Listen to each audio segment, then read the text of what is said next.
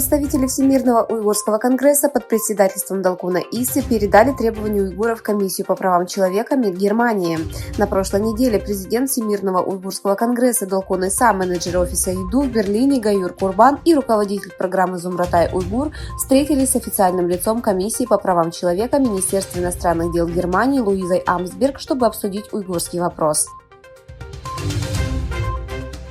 Митинг в знак протеста против преследования китайским правительством уйгурских мусульман прошел в Дакке, столице Бангладеш, 5 мая по случаю Дня допа, символизирующего уйгурскую культурную самобытность.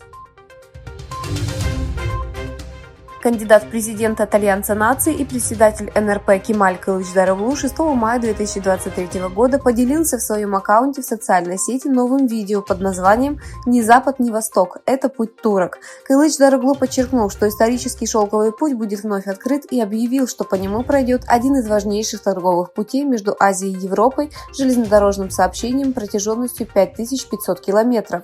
Кылычдароглу также упомянул Восточный Туркестан в своей видеотрансляции.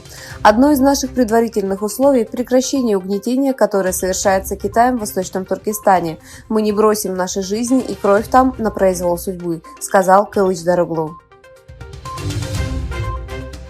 Циньган, член Госсовета КНР, министр иностранных дел, заявил, что Афганистан торжественно выполняет свои обязательства по борьбе с терроризмом, решительно борется с террористическими силами, в том числе с исламским движением Восточного Туркестана, и искренне выполняет свою решимость обеспечить безопасность китайского персонала.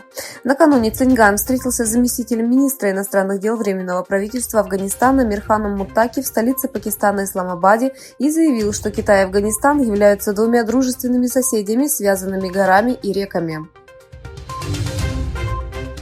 Япония и Южная Корея продолжают сближаться, оставляя позади исторические проблемы из-за растущего влияния Китая и ядерной угрозы со стороны Северной Кореи. Премьер-министр Японии Кисида Фумио посетил Сеул после визита президента Южной Кореи Юн Сук Йоля в марте.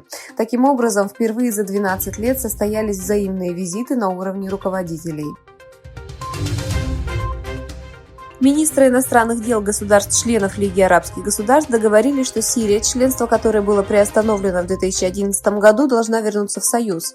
На встрече министров иностранных дел арабских стран достигнута договоренность о возвращении Сирии в Лигу арабских государств, заявил официальный представитель МИД Ирака Ахмед Ас-Сахаф.